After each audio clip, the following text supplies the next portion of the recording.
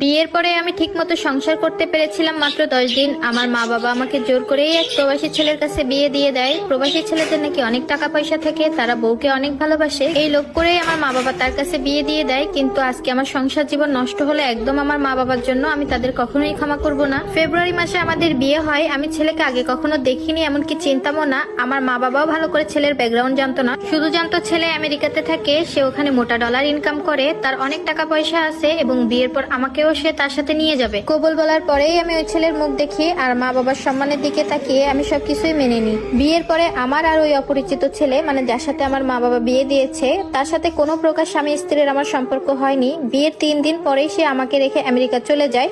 পরে আব্বু আম্মু জানতে পেরে কিছুটা অবাক হয়েছিল। বিয়ের পর থেকেই তার বিন্দুমাত্র কোনো দায়িত্ব ছিল না, সবকিছুই সে আমার বাপের ঘাড়ে চাপিয়ে সে নিজে উপরে উঠতে চেয়েছিল। আমার সাথে তার কোনো যোগাযোগ ছিল না, এমনকি সে আমেরিকাতে যাওয়ার আগে এবং যাওয়ার পরে কোনো